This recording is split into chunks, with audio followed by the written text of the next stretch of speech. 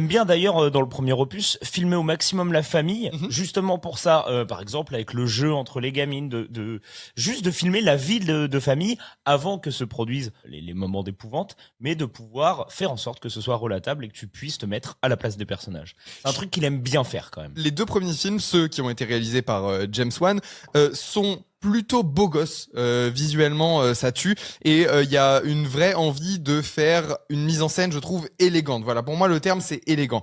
Il y a des longs plans, il y a du budget, il y a un peu plus de budget que sur les tout petits trucs de Blumhouse, tu vois, par exemple. On va faire une mise en scène qui prend son temps et qui est très inspirée, j'ai l'impression, du cinéma des années 70. Il va te faire un petit peu le film de maison hantée ultime dans le premier. Il va reprendre tout ce qui a marché dans les Amityville, etc. Il va tout te condenser dans ce film de maison hantée définitif. Tu vois. Moi, je suis d'accord avec toi qu'il y a des vraies envies de mise en scène et de réal et tout. Je trouve que effectivement, esthétiquement, c'est très propre, c'est très cool. Il y a des super idées. Après, le truc, c'est que à aucun moment je suis surpris parce que toutes les ficelles, je les vois venir. En dire que c'est le film d'horreur, tu vois, ultime, c'est pas possible. Passer après 40 ans de cinéma d'horreur minimum.